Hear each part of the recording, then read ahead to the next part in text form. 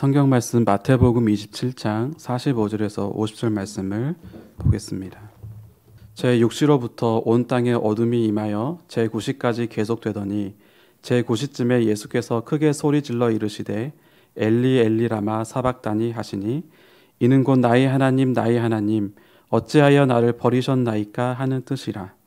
거기 섰던 자 중 어떤 이들이 듣고 이르되 이 사람이 엘리야를 부른다 하고 그 중에 한 사람이 곧 달려가서 해면을 가져다가 신포도주에 적시어 갈대에 꿰어 마시게 하거늘 그 남은 사람들이 이르되 가만두라 엘리야가 와서 그를 구원하나 보자 하더라. 예수께서 다시 크게 소리 지르시고 영원히 떠나시니라. 아멘. 네, 오늘은 조금 전 부른 찬송가처럼 예수님께서 갈보리산 위에서 십자가 위에서 고난을 당하시고 죽음을 당하신 성금요일입니다.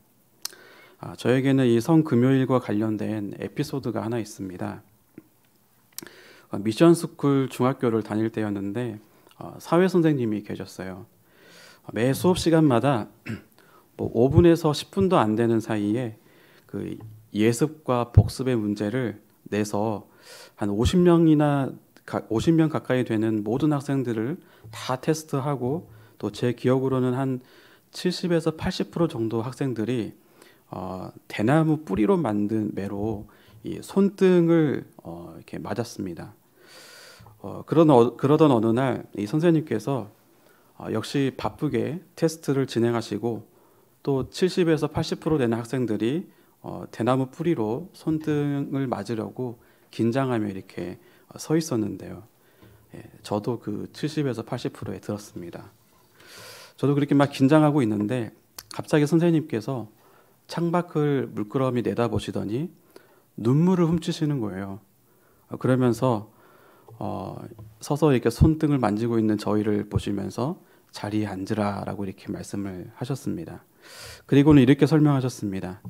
1년에 딱 한 번 내가 매를 들지 않는 날이 있는데 오늘이 바로 그날이다라고 하는 거예요. 그날이 바로 성금요일이었습니다. 예수님께서 나를 위해 이 십자가의 고난을 받으시고 또 돌아가신 그 날을 선생님 나름대로 기념했던 것이죠. 그날 저는 예수님이 나를 대신해서 채찍을 맞아주셔서 내가 매를 맞지 않게 되었구나. 예수님께 진심으로 감사를 했습니다.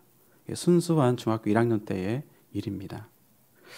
여러분도 오늘 성금요일이든지 아니면 언젠가 성금요일이 될 때 제가 말한 이 직접적으로 그렇게 하든지 아니면 비유적으로 누군가에게 내가 예수님 때문에 매를 맞지 않았구나. 예수님 정말 감사합니다 라고 하는 이런 에피소드를 선물로 한번 줘보는 것은 어떻습니까? 크리스마스 때 선물을 받은 어렸을 때의 그 기억이 평생 크리스마스를 기억하게 해주는 것처럼 이 성금요일에 받은 이 선물 같은 경험은 나를 대신하여 고난받으신 주님께 평생 감사하고 또 기억하는 그런 경험이 되었습니다. 성도님들 각자에게 주신 상황에서 오늘 이 성금요일을 나름대로 기념하는 그런 하루가 되시기를 축원합니다. 바로 오늘 고난주간의 금요일이죠.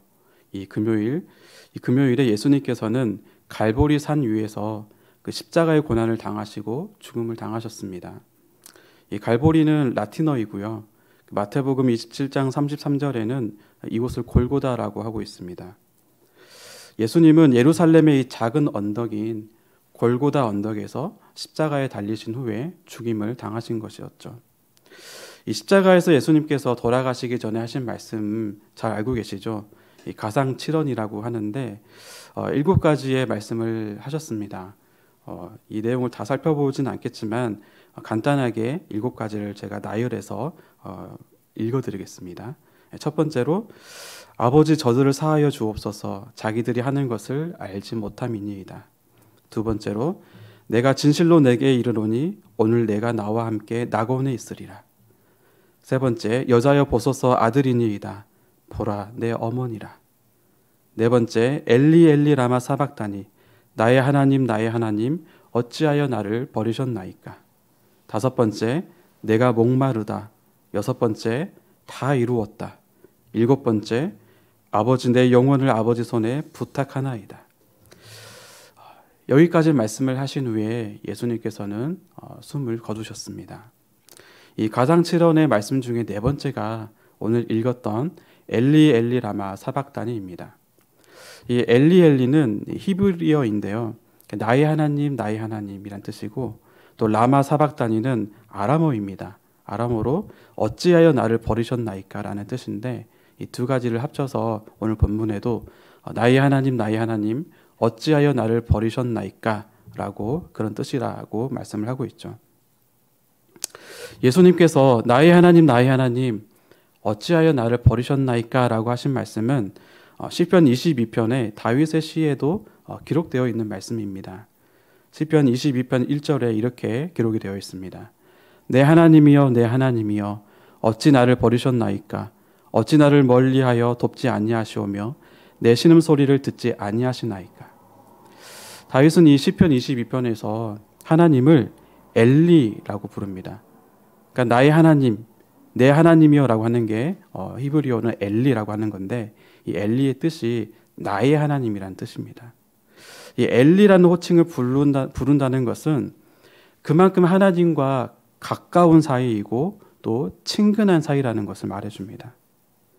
그런데 이렇게 가까우신 하나님께서, 내가 나의 하나님이라고 부를 만큼 가까운 하나님께서 어찌하여 나를 거부하시는지, 어찌하여 나를 버리시는 것인지 도무지 그 이유를 알 수 없어서 너무나도 당황스럽고 어찌할 바를 몰라서 부르짖고 있었던 것입니다.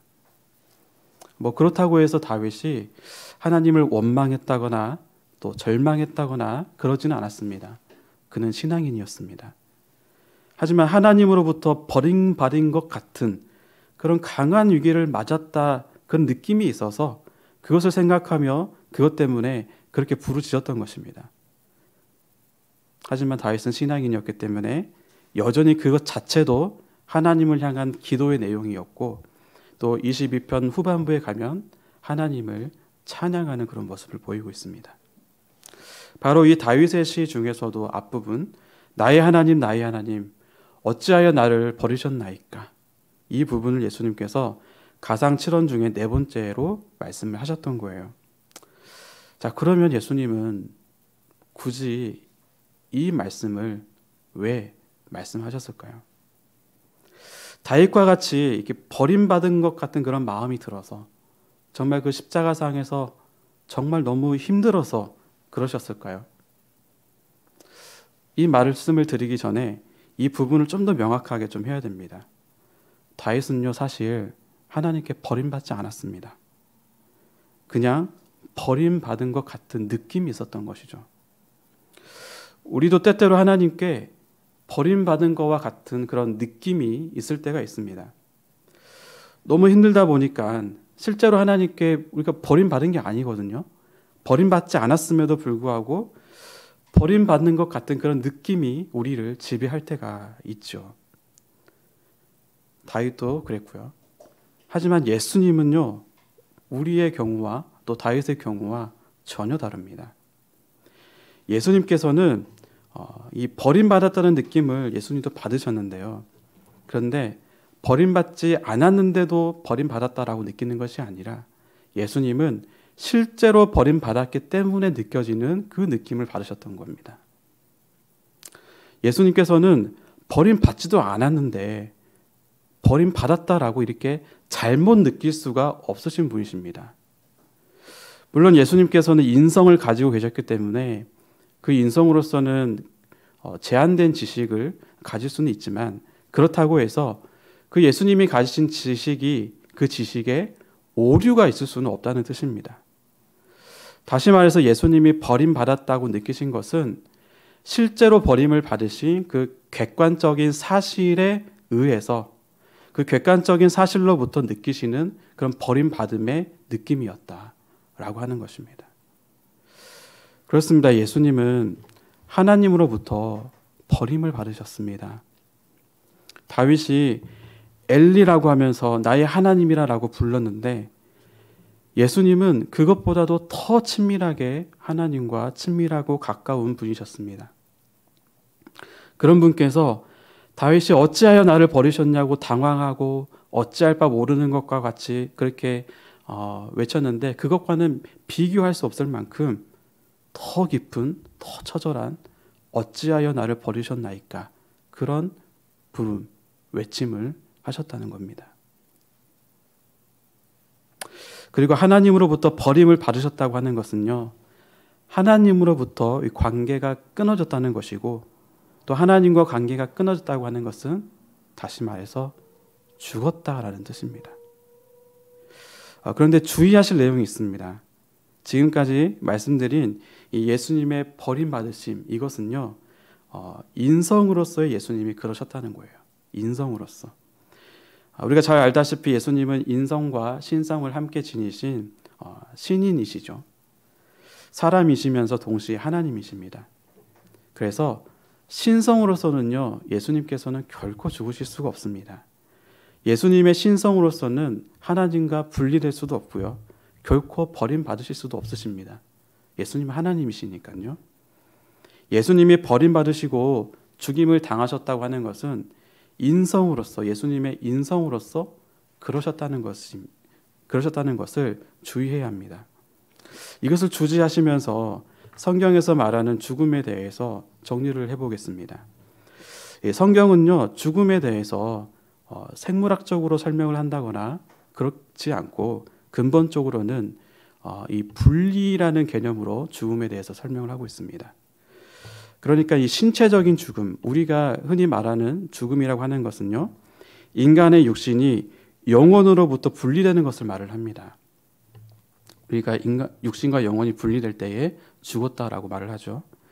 그리고 영적인 죽음은 하나님으로부터 분리되어 있는 것을 영적인 죽음이라고 합니다.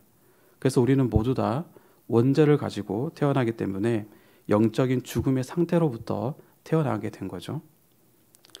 그리고 세 번째로 마지막으로 영원한 죽음인데, 이것은 우리가 영적인 죽음의 상태에서 태어났는데, 그런데 우리가 예수님을 믿으면 우리가 생명을 얻지만 영적인 죽음의 상태에서도 예수님을 믿지 못하면, 예수님을 믿지 않으면 영원히 하나님과 분리가 되게 됩니다. 그것을 보고 성경은 영원한 죽음이다라고 하고 있습니다. 자, 그렇다면 이 인성으로서 예수님은 어떤 죽음을 당하셨을까요? 먼저는 신체적으로 죽음을 당하셨습니다. 예수님의 인성이 그 영혼과 몸이 분리가 되셨죠. 그리고 영적인 죽음도 당하셨습니다. 예수님의 인성이 하나님께 버림받아서 하나님과 분리된 것이죠. 이 영원한 죽음의 경우는 엄밀하게 말하면 영원한 죽음은 겪지 않으셨습니다. 왜냐하면 사람도 영원한 죽음이라고 하는 것은 최후의 심판 이후에 지옥에 떨어지면서부터 시작이 되는 건데, 예수님께서는 그런 경험을 하지 않으셨기 때문입니다. 그럼에도 불구하고 예수님의 죽음에 대해서, 특별히 그분의 영적인 죽음을 영원한 죽음이라고 부르는데요. 왜냐하면은 예수님께서 그 십자가에서 받으신 고난, 그 죽으심은 구원받은 모든 인간의 죄를 치러야 할 만큼 그 형벌의 질이 무한하다는 그런 가치가 있기 때문입니다. 그래서 예수님의 죽음은 질적으로는 영원한 죽음이다 라고 볼 수가 있는 것이죠. 사랑하는 성도 여러분, 예수님께서는 구원받을 우리를 위해서, 또 우리의 형벌을 대신 받으시기 위해서 우리의 모든 죄를 짊어지셨습니다. 그래서 하나님과 가까이 할 수 없이 예수님께서 멀어지셨고, 하나님께서는 죄와 함께 있을 수 없기 때문에 예수님은 하나님으로부터 버림받게 되셨고 하나님으로부터 끊어지게 되셨습니다. 바로 저와 여러분 때문에 그 일을 당하신 것이죠. 예수님은 우리를 위해서, 저와 여러분을 위해서 영원한 죽음을 당하셨다는 것입니다. 하나님께 버림받은 우리를 구원하시기 위해서 예수님께서는 하나님께 버림받으셨고, 하나님으로부터 끊어진 우리를 구원하시기 위해서, 우리를 하나님과 붙여주시기 위해서 예수님께서 하나님으로부터 끊어지셨습니다. 사랑하는 성도 여러분, 오늘 말씀을 통해서 예수님께서 엘리 엘리 라마 사박다니라고, 나의 하나님 나의 하나님 어찌하여 나를 버리셨나이까, 이렇게 부르짖은 이유가 바로 우리를 살리기 위해서, 우리를 하나님과 화평하게 하시기 위했다는 것을 기억하시기를 바랍니다. 그리고 오늘 말씀으로 간단한 적용을 해볼 수가 있어요. 예수님께서 우리를 위해 십자가를 지시면서 우리에게 바라시는 게 무엇이겠습니까? 그 예수님처럼 잔인한 십자가를 지고 그것을 원하셨겠습니까? 그 십자가는 예수님만 질 수가 있는 것이었죠. 예수님께서 십자가를 지시고 우리에게 원하는 것은 바로 하나님을 사랑하고 우리가 서로 사랑하는 것, 그것을 원하십니다. 우리가 서로라고 표현할 수 있는 사람이 누가 있을까요? 부부가 서로, 또 부모와 자식 간에 서로, 형제 간에 서로, 직장의 동료 간에 서로, 또 친구들 간에 서로, 동역자들 간에 서로, 이렇게 여러분이 표현할 수 있는 그 서로 간에, 그 서로 속에 만약 끊어진 관계가 있다면 그 끊어진 관계를 단 한 가지만이라도 회복을 시도하는 그런 하루가 되시기를 바랍니다. 기도를 시작해도 좋고요. 전화를 하셔도 좋고 또 이야기를 꺼내보셔도 좋습니다. 여러분이 먼저 끊어진 관계를 회복하려고 다가갈 때에 어쩌면 많은 경우 여러분에게 크고 작은 고난이 따를지도 모르겠습니다. 오늘 주님의 고난을 묵상하면서, 특별히 이번 주 고난 주간을 묵상하면서 주님 기꺼이 그 고난을 마시겠습니다 라는 그런 마음으로 한번 작은 것부터 시도해보는 성도님들 되시길 바랍니다. 이 성금요일은 영어로 굿 프라이데이라고 합니다. 예수님이 고난당하시고 죽으심으로, 그리고 결국에는 우리에게 구원과 부활을 주시기 때문에 이날을 굿 프라이데이라고 부릅니다. 오늘 여러분이 관계가 끊어진 또는 세상사에 시달려서 고립되어서 끊어진 분이 계시다면 가볍게는 또 여러분 가까이 있는 사람들에게 여러분이 그 회복을 향한 작은 발걸음이, 그 작은 시작이 이 성금요일을 그 사람들에게 굿 프라이데이로 선물하는 그런 복된 하루가 되시기를 바랍니다. 그렇게 주님의 고난을 묵상하고 또 동참하는 오늘 하루를 살아가시길 주님의 이름으로 축원합니다. 기도하겠습니다. 사랑의 주님, 우리를 구원하시기 위해, 우리를 죽음에서 생명으로 옮겨주시기 위해 우리의 모든 죄를 짊어지시고 우리를 대신하여 죽임당하시며 하나님께 버림받으심을 오늘 아침에 묵상하였습니다. 주님의 희생과 사랑을 늘 기억하며 살아가게 해주시고 주님을 따라가는 제자로서 우리 또한 끊어진 관계를 내버려 두지 않고 고난이 따를지라도 회복을 위해 노력하면서 주님이 말씀하신 대로 서로 사랑하며 사는 저희가 되게 하여 주시옵소서. 그리하여 주님의 고난이 헛되지 않는 삶을 살게 하여 주시옵소서. 예수님의 이름으로 기도드립니다. 아멘.